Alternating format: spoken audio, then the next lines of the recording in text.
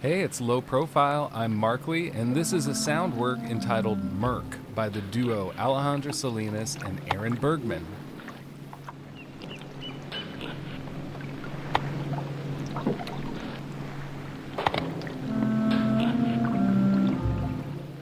Taken from a collection of re-edited works called Fiction, it's a slice of a chapter in this couple's life together as globetrotting sound artists, which lasted for about a decade, starting in 1996.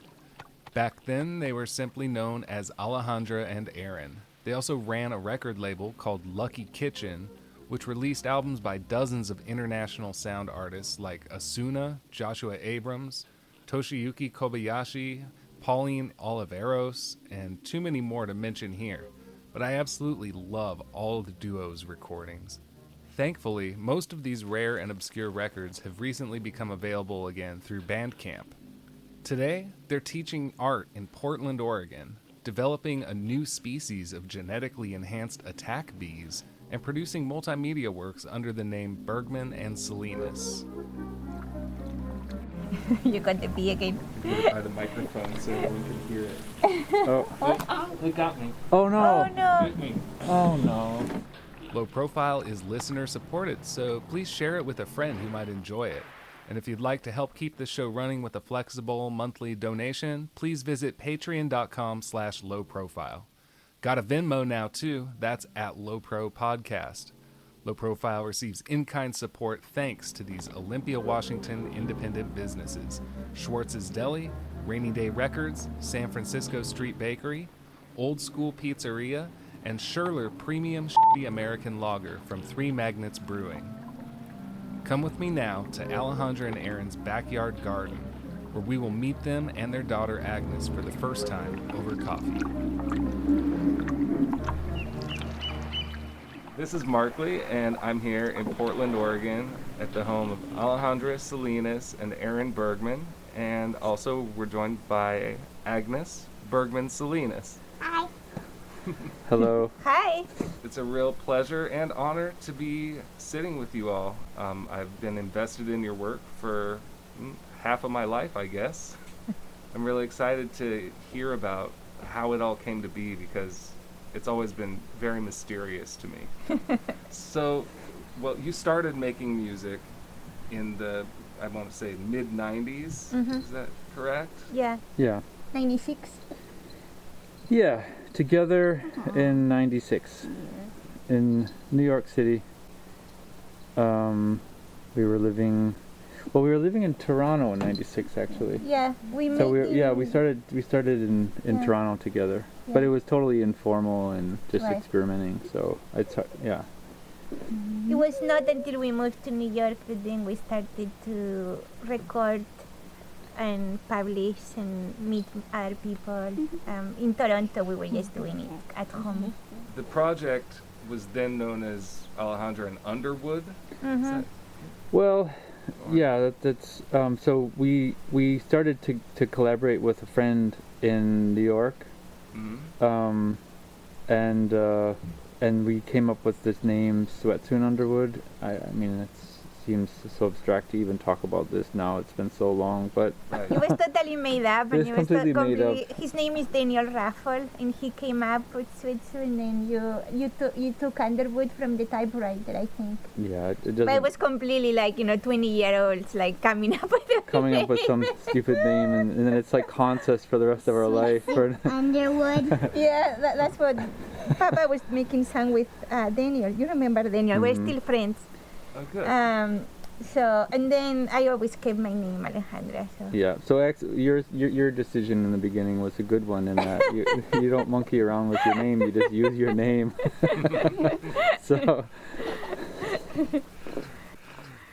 Yeah, and so how did you two come together, and artistically and otherwise? well, we met in Toronto. We were both studying in Toronto, and were introduced to each other and talked about Almodovar, the Spanish filmmaker, and I was in love pretty quickly. I don't know about you, but anyway, within 6 months or something, we were a couple. And then, we were students, so nothing serious, but we were making art and sound and films. And it came time to move because I graduated and she wanted to continue studying, and so we decided New York City. We moved there and started to do a lot of sound and started to take it a bit more seriously. And the nice thing about sound is that it's logical to collaborate. So as we were both coming up with ideas, at first we were just helping each other with each other's projects, and then as we got to really appreciate and enjoy each other's ideas, we decided to just collaborate. And so basically from 1998, 99 or so until now, we've collaborated on everything. Yeah. Everything. Wow. Yeah, at the beginning we were working, as we were saying, with Daniel, and we were running the label and publishing other people's works, and then we started to work, Aeron and I, more and more closer together, and then that became slowly our focus, our collaboration together. Yeah. And we always collaborate with other people as Yeah. well, so that's kind of with our artistic practice and our sound practice. We've done a lot of collaborations with other people, so it's just something that we find personally fulfilling, and it does a lot of things, like it dismisses the kind of myth of genius that we have a problem with in art, and it's also a kind of community building activity. So when you collaborate with other people, you're bringing ideas, and it's kind of clear that it's a process that is about like the social aspect of art and art making and music, and that for us has always been very important. But then fundamentally, working together, we have this built-in collaboration, and we've been doing it now for a very long time. We're not famous, but we're starting to be among the collaborators who are that at least have the most longevity. Yeah. You have some sway Yeah. in this world. Yeah. So the label Lucky Kitchen, is there a big dramatic story behind that? The name. Label? Yeah. Yeah, that was a bit nicer, I think. Yeah. We it was our favorite restaurant in New York. We will go.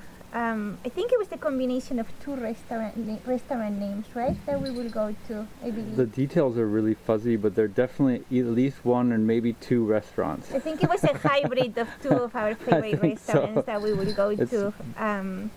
But I think it was this idea of hybrid name. Yeah, Agnes likes hybrids. Nice. But the cooking and sharing meals, and this we were trying to bring these ideas of collaboration and mixing and gathering around a meal kind of ideas. Am I wrong that I think I've heard a lot of sounds of cooking and the kitchen in your works? Yeah, there's. I'm wrong? No, it definitely, there's a lot of sounds of meals and eating and cooking, for sure. That's a theme that's been consistent with all of our work, actually. And as a matter of fact, we are now working on an audio documentary that is dealing with seeds, the patenting of seeds. So it's kind of interesting that we have kind of continued this in different manifestations to today, of like where, I mean in this case like where our food comes from, but different issues related to food.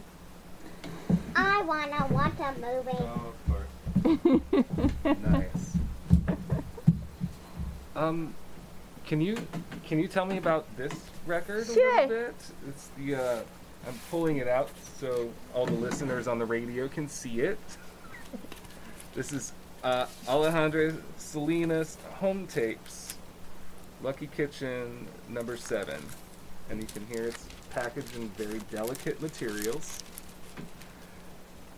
Yes, so I made the vinyl from cassette tapes that I had from recordings I made growing up, and I remember when I was maybe like a little bit older than Agnes, I will just record all the sounds around me, and I will describe what was happening to the tape recorder, but also I will take it especially around celebrations or festivals So I had all of these sounds. And it's a thing with my family because my family emigrated to Canada and they will send tapes back and forth to each other from Spain to Canada. So somehow growing up, that's what we will do to communicate by recording tapes.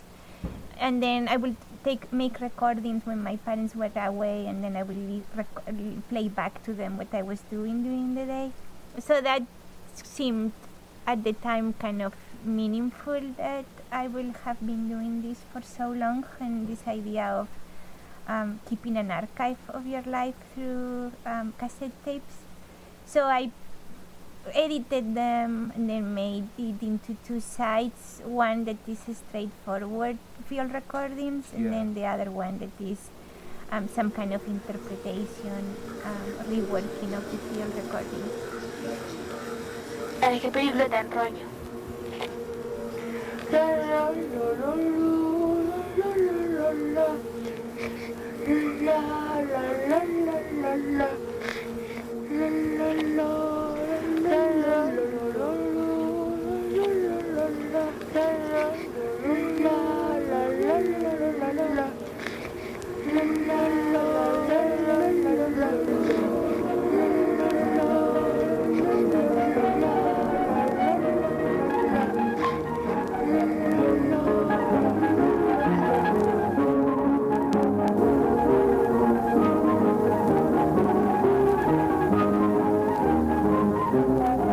Something that we were doing, both of us a lot at the time, is like trying to find a balance between having the audio documentary and not losing some of the essence or the spirit of it or the narrative, but then also to test what can you do with these sounds and what kind of compositions, or how can you still get the same sense without having such a clear reading of what it is. So far you've mentioned living in London and Toronto and New York. Now you're here.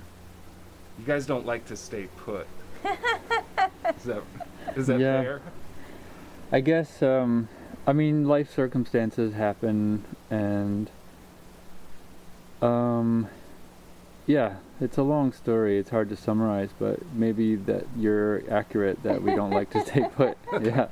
Do you feel like the locations you chose were a big part of the artistic output you made at that time? It seems like a lot of location-specific recordings. Yeah, well, I think that's an interesting question. Does the location make a difference? And of course it does, because we're surrounded by people and by different kinds of experiences of the different people in each place. And so we're picking up on and learning from the people around us. So absolutely our work, and it's whether it's sound work or artwork or writing or anything that we've been pursuing, our work changes a lot based on where we're living. It used to be somehow more important to name where we were making things, so that's why, for example, there's the La Rioja record and the Porto record. Right. One thing I can remember now is there's this barber and cutting hair in this some kind of old style. I don't even know. We didn't research. Two scissors, right? With two scissors, and all the locals would just stop in. It's a regular barber.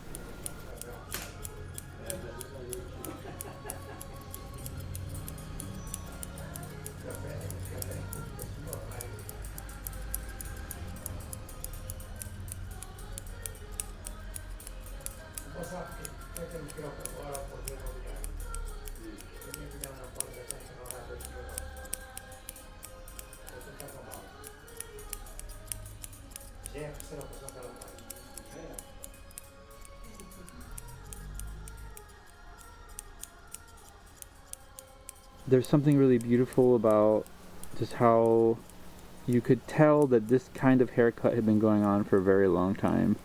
You could tell that this barber was a fixture in the community. And I think his name was Ferreira. Right.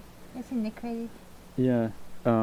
It's sorry the time now is so long we don't remember many details, but and so there was this the place is a special place in the community and also a special place in time. And so being there, just trying to like awkwardly, because everyone, they were very aware that there was two strangers recording them, so it's awkward. Right. But they were just like doing their best to ignore us. They're also like kind of polite, and since we were kind of harmless, we weren't asking them to do anything. They soon kind of forgot about us. The fact that it was only sound helped too. Right. It's different with a camera crew. Yeah, Yeah. exactly. Watching your hair and everything. Yeah. So we told them that we were the sound that happens while during these haircuts was so special and wonderful that we just wanted to focus on and record that sound. And then I think they also realized, oh yeah, it is kind of nice. And so there was this moment where we were listening to them and then they were listening to themselves for the first time maybe in a long time, because of course when you do this every day you don't notice, but I think they noticed again. And so there was this really nice moment where this old and new coming together, and then the sort of awareness that happens when there's somebody else pointing it out. And so this moment was really, really special, and then it's also really nice that we have the recording. We don't listen to it that often, but when we do, sound and memory are so connected that it's like we were, 20-something again, standing in Porto a long time ago. I think also the relationships we made when we were making the recordings, that was very special.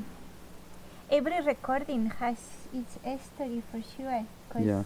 like from when we went to Aforada to when all the boats were honking. Yeah, with the boats, for example, in Aforada, that's this fishing village where the boats would go out every morning to the sea and catch fish and come back. And to have that right in the city is a little unusual. And so it was very traditional, but also the boats were kind of modern. They weren't just like rickety wooden boats. There were some, but actually there were some somewhat large modern ships in this fishing fleet. And so the tradition in Aforada and the Day of the Saint was they pulled out the saint and marched the saint around, and there's some songs and some rituals, but then they end up, of course, they bring the saint down to the boats. They bring the saint down to the harbor, because that's the livelihood of the town. In order to sort of bring the boats right into the ritual, all the boats blast their horn. These are modern boats. They're not like just old fishing boats. And so there's this blast, brrr, and all of them are blasting at a different pitch.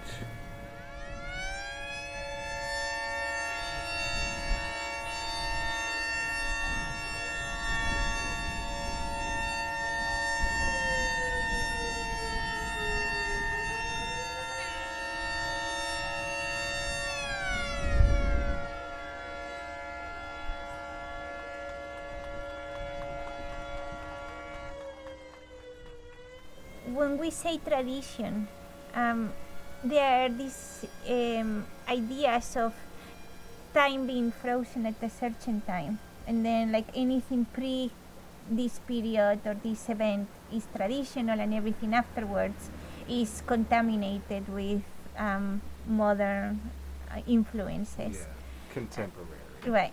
But that makes no sense, right? Because every culture changes through time, and traditions evolve, and at what point can you say that it's really authentic?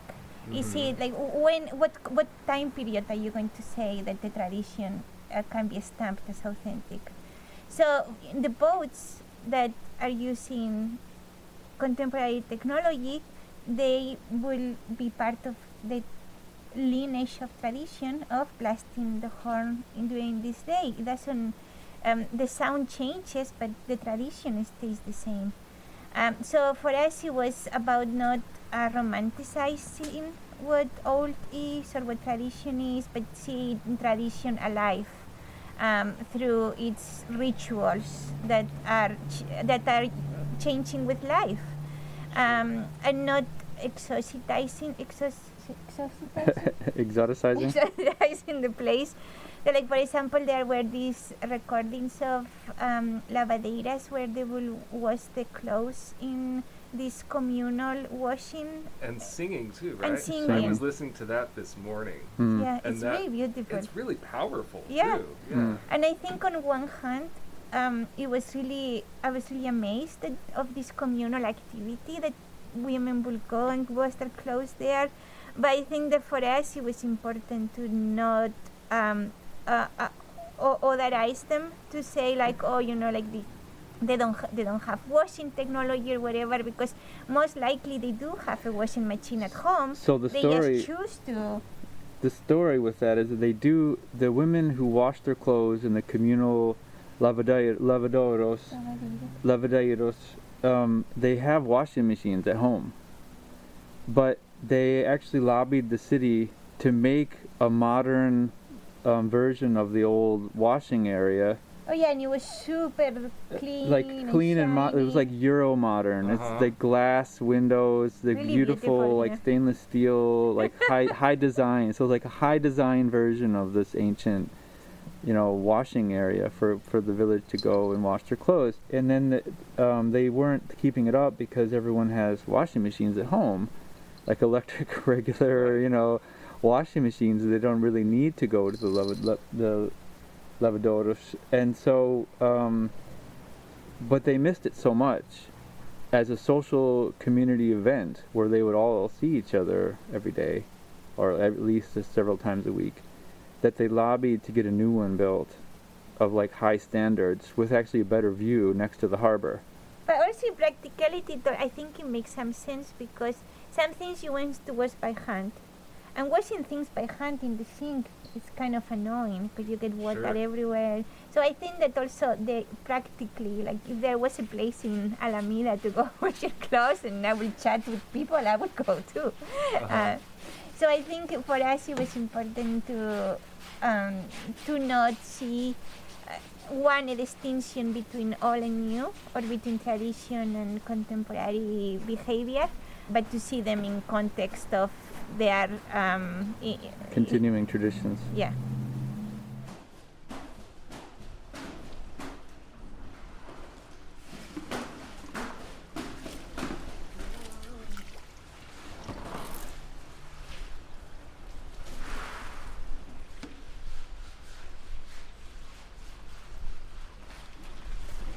Canta, canta, amigo, canta, vem cantar a tua canção. Tu sozinho não és nada, junto temos o mundo na mão.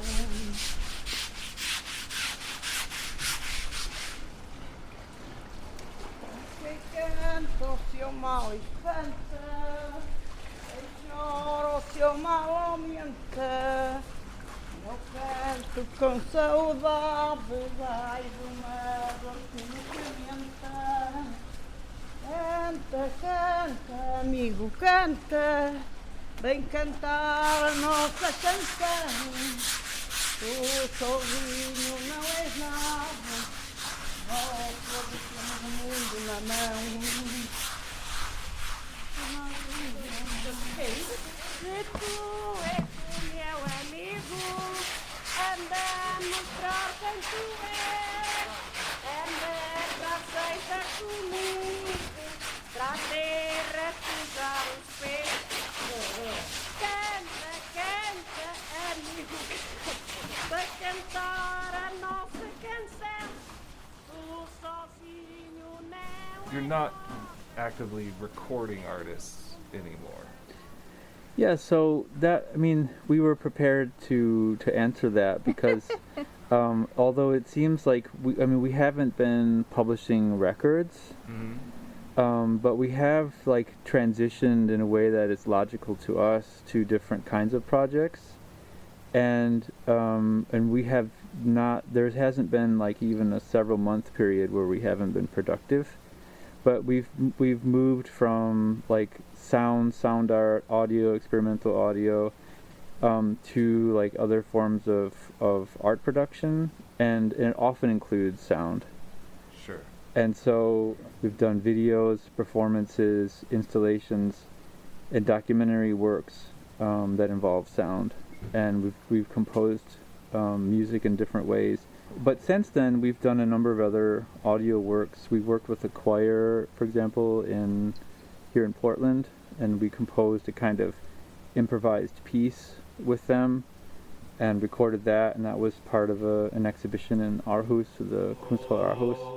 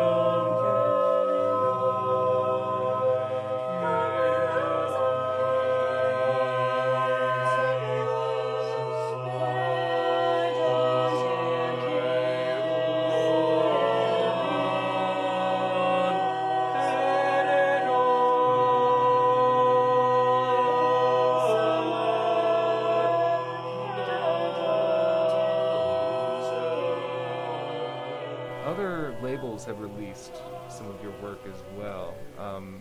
Notably, the album that I never had any problem finding was Busha Blue Blazes.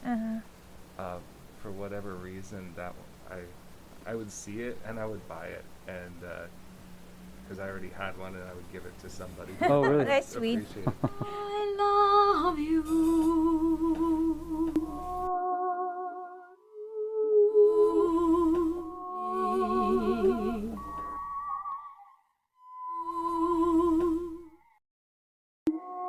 I love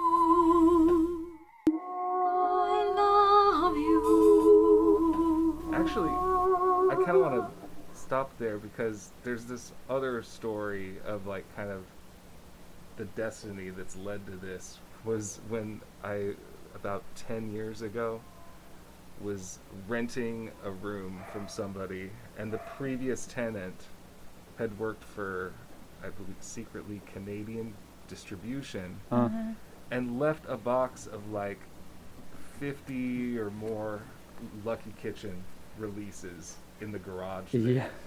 And I was helping my, the landlord essentially, clean out his garage, and I came across this. I'm like, what? Where the hell did these come from? And he's like, I don't know. What is that? And I'm like, I know what this is. And I sent you an email. I remember that Yeah, email. I remember. And you told me just 2 do whatever you want with it. Yeah. Right. What have Yeah, you? you said, what should I do with it? And they say, well, you can keep it or give it away. Whatever, because we have boxes of CDs We as still well. do, yeah. So I mean, it's these objects, you know, the artifacts are somehow interesting and important in that they contain the material, but because for us it's just been about continuing to work and make more, that the individual things that are left behind are somehow less valuable to us personally, and certainly, as you can see from the discarded box, not particularly valuable socially either. So Yeah. so what did you do with the box of discarded Lucky Kitchen CDs? Well, I kept copies of all the ones that I didn't have anymore, and I spent over the next couple years, I would just give them to people who I thought would appreciate them. Oh, That's nice. nice. That's Yeah. really That's nice. exactly what we Yeah, would that's- hope. Yeah. yeah. I just shared them. Yeah. But yeah, back to Busha Blue Blazes. That album has a protagonist. Who is Busha? Aeron's grandma. My grandmother. Okay. Yeah. So Aeron grew up with his grandma, so they're very close. She's still alive. She's over 90. 93. Wow. She'll be 94. Oh, very soon. Yeah. And when we were living in Spain in La Rioja, she came to visit and spent a month with us, and we decided that we would make a record together. And so every day I would just strum the guitar with some chords and she would play along, and then Alejandra would play some electronics, and we would just kind of jam, improvise every day. Wow. And we recorded a number of hours, and then edited down and produced this record of my grandmother and Alejandra and I playing music together in La Rioja, in Logroño, La Rioja, Spain, in Maybe 2000 maybe? and 2000, I think, or Maybe it was 2001. 2001, yeah. Wow. Okay. That's when we were in I Spain. thought maybe they were old like family tapes that you had No. found, but so that source material is all just Yeah. a family band. Exactly, Exactly. yeah.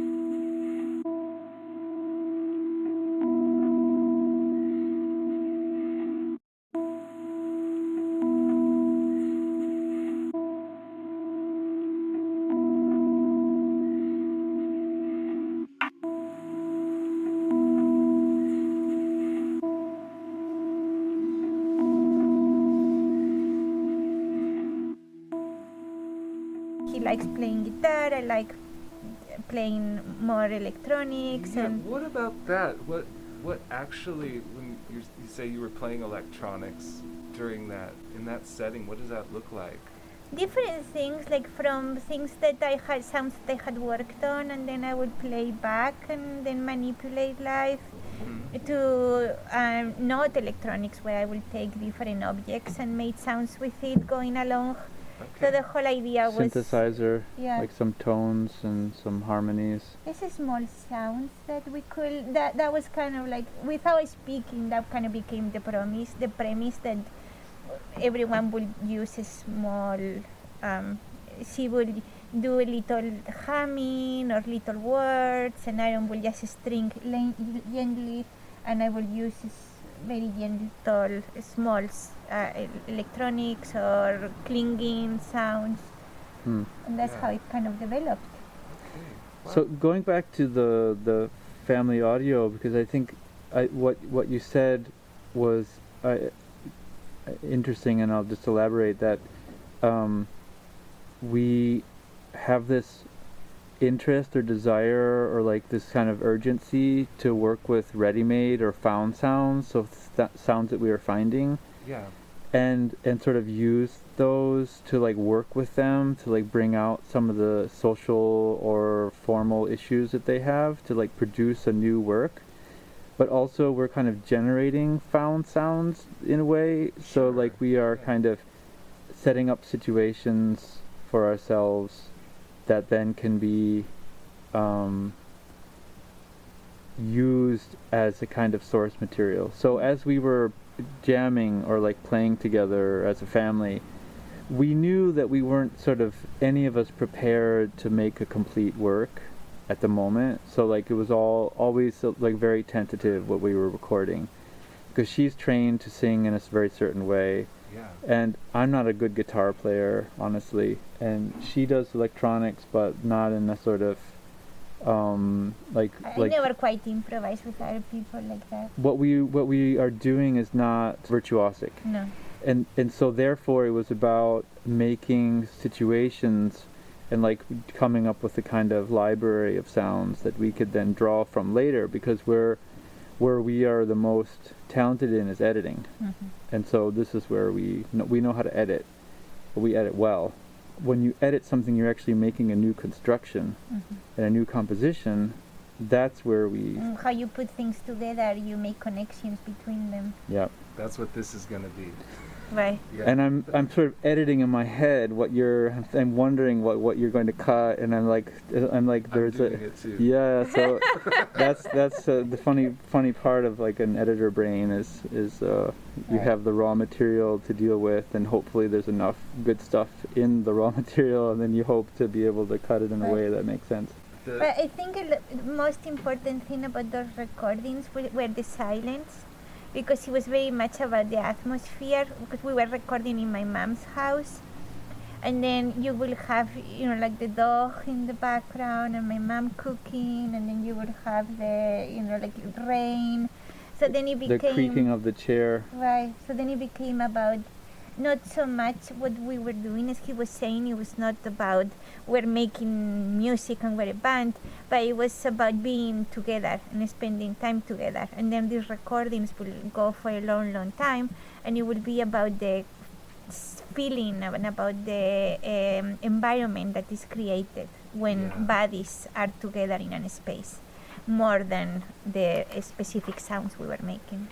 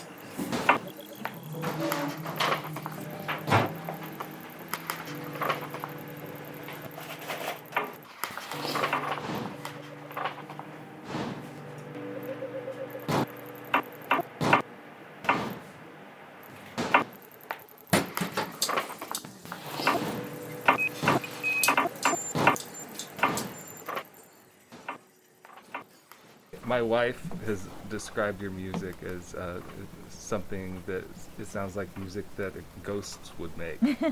Yeah. When we were making sound, we realized that how we were working is very particular and like very unbombastic and very like purposefully not something else. Yeah.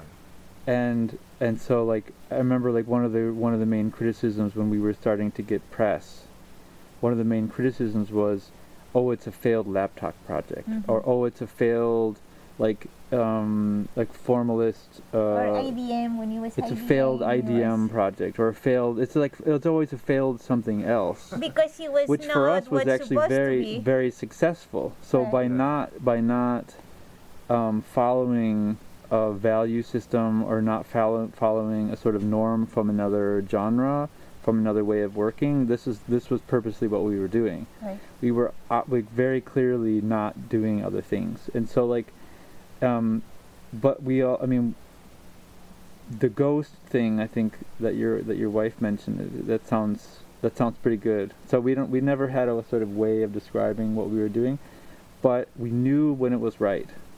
Pulling ourselves into the sounds, because we're also, getting lost in doing it, and that kind of feeling is great. When you get lost in the thing that you're making, it's wonderful.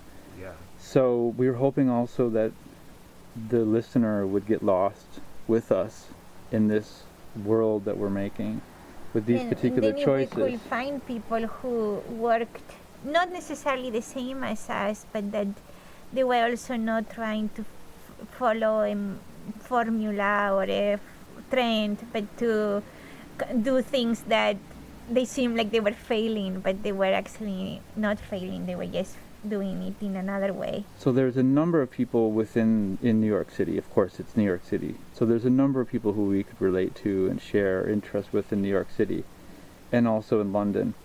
But in Spain, not so many.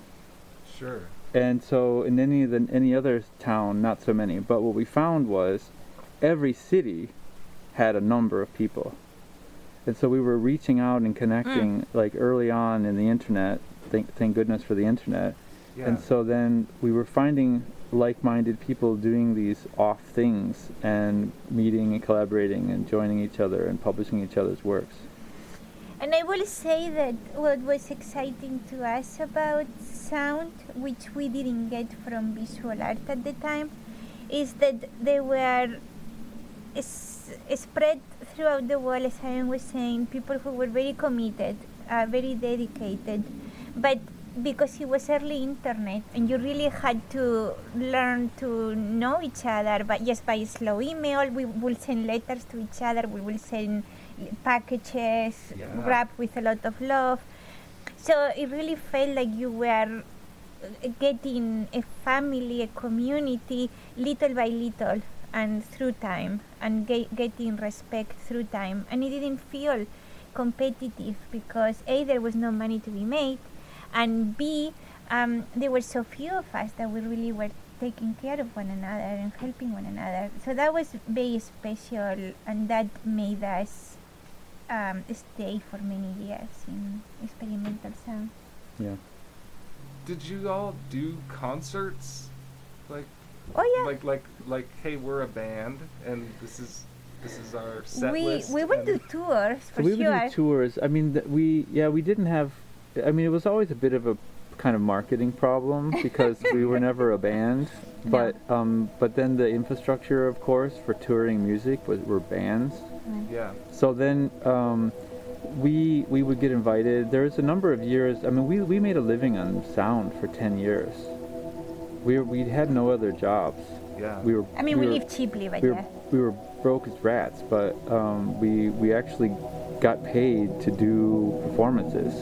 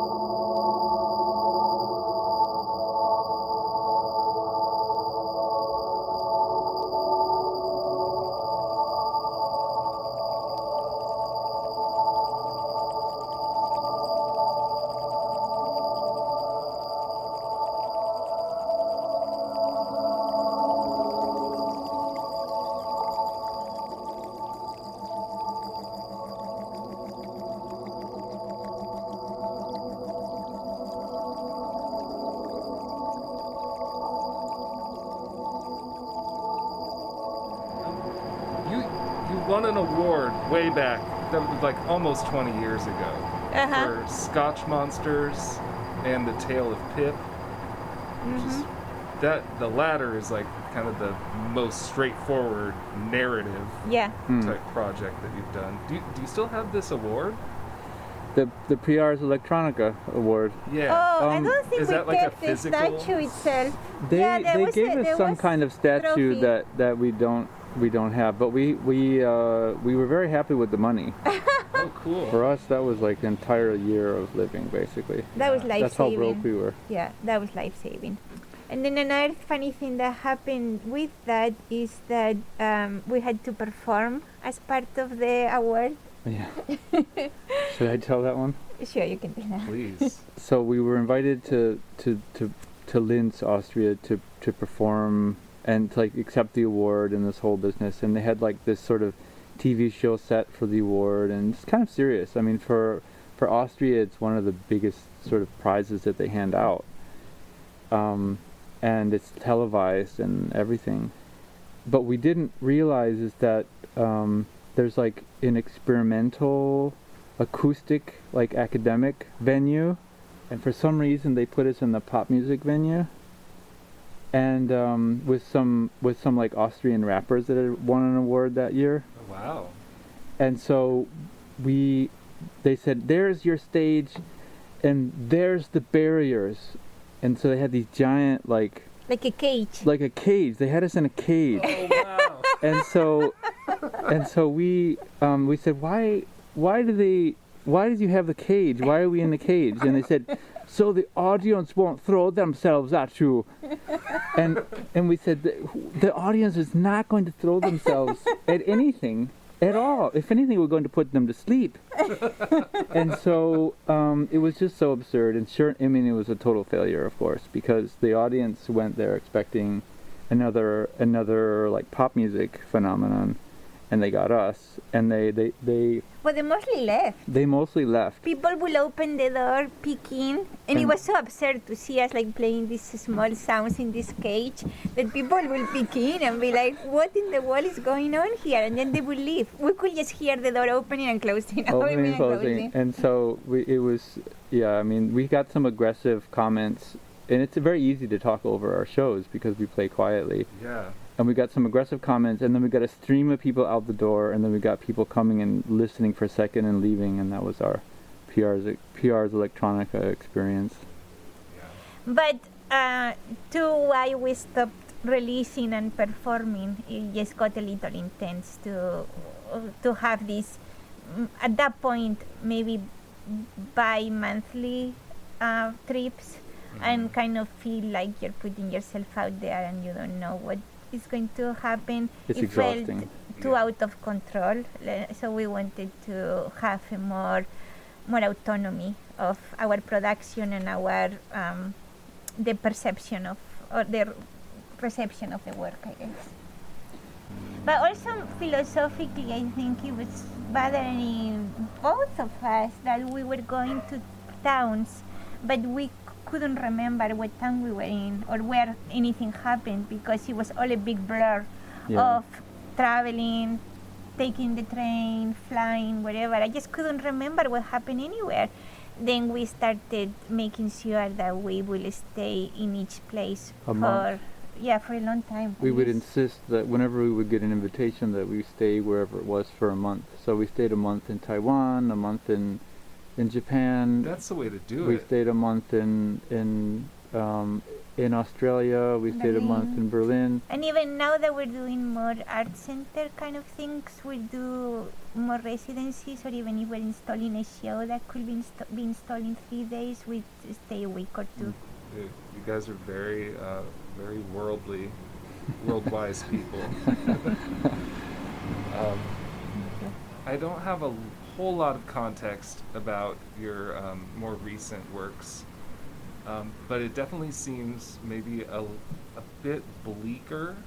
You've remastered a lot of your recordings that we've been talking about, as well as some that had been unreleased, and they all have like kind of a uniform style of new cover art, whereas before it was kind of a soft, very soft looking artwork. Mm. Yeah, I mean, I think it's an interesting description, bleak.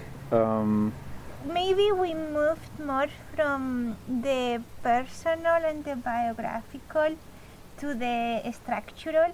Mm. So I think as we started to understand the world more, getting older and reading more and thinking more, then we started to see that the things that we and everyone suffer from like trauma to growing in struggles, economic and otherwise. You got the bee again. I'm gonna by the microphone so everyone can hear it. Oh, just slowly take the headphones off, and then don't move, and they'll realize that she'll realize that there's nothing there. Oh, it got me. Oh no! Oh no! Bit me. Oh no! Is it gonna die? She will, but it's okay. We only Okay. live a Are week you okay? anyway. We'll get you a nice Yeah, pack. I don't know. Should I swat it or? Just get it out now, yeah. Oh dear. Oh, sorry. Let's get you a nice pack That's and a a new hat. one. Oh dear. She's going to... It's okay. I'm gonna see if I can put the headphones over the ice pack. Oh my god! Those bees. Sorry about your bee. So talking Okay. about bleak, we have a bee attack, and the poor thing is now on her last seconds of life.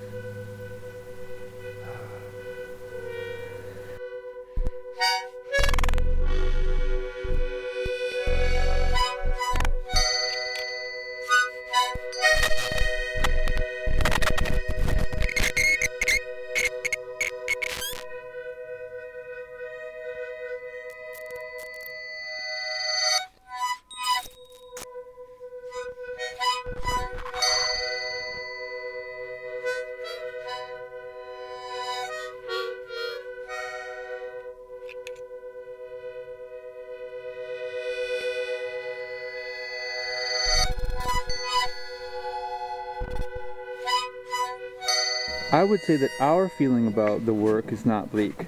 Mm. The world is pretty bleak itself. I mean, but also beautiful and wonderful. So we're trying to, that's also why we make art. Because there's so much to celebrate.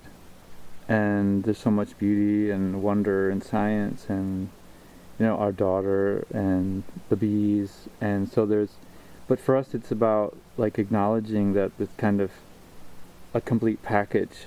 Mm. For us, it's been really important to acknowledge that art is propaganda, despite the wailing of the purists. And so there's this idea going around that there's some kind of pure art, and art with no context and content. And of course, we understand that kind of art, and that kind of art and entertainment especially, comes from a fundamentally well-adjusted place that basically is propaganda for the status quo.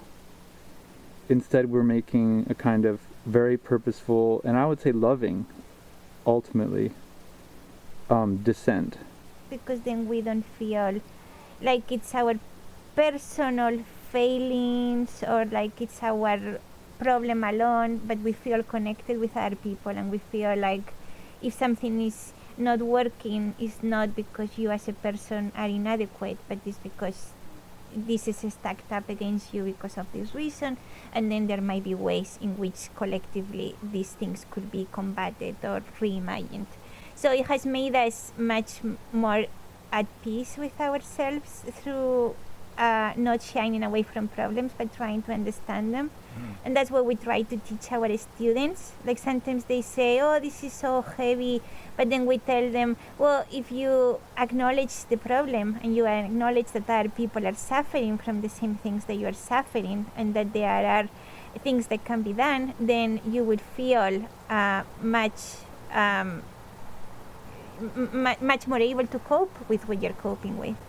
And even with our daughter in her, for her age, we try to explain to her how things work instead of trying to make some kind of imaginary worlds for her. A fairy tale. I mean, Right. we found it actually offensive. The more as we grew up, the more we understood all the fairy tales that we've been taught. The more we just got more disgusted by, first of all, why racism and inequality and other shit happens, and then why is there such a machine to cover all that up? Speaking of We might such a machine. pause the machine blasting by. Wait, Oh, is it? Oh yeah, they're going to the next road, to the ahead of the road, right? Yes, those machines that just tore up the road that last week. I had a feeling if I got together with you two that there would be a lot of interesting ambient sounds. You were right.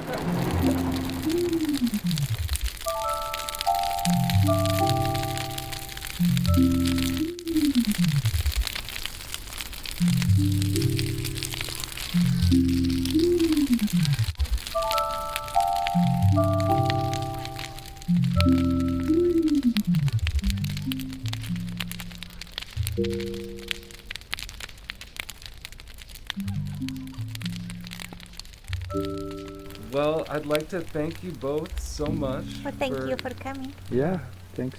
Thanks for having me over. This has been really enlightening and just very nice. And I still haven't eaten one of these delicious cookies that you've baked, so I'm looking forward to that. How's your head? I think I just need a cookie and it'll be all better. Okay. Sounds good.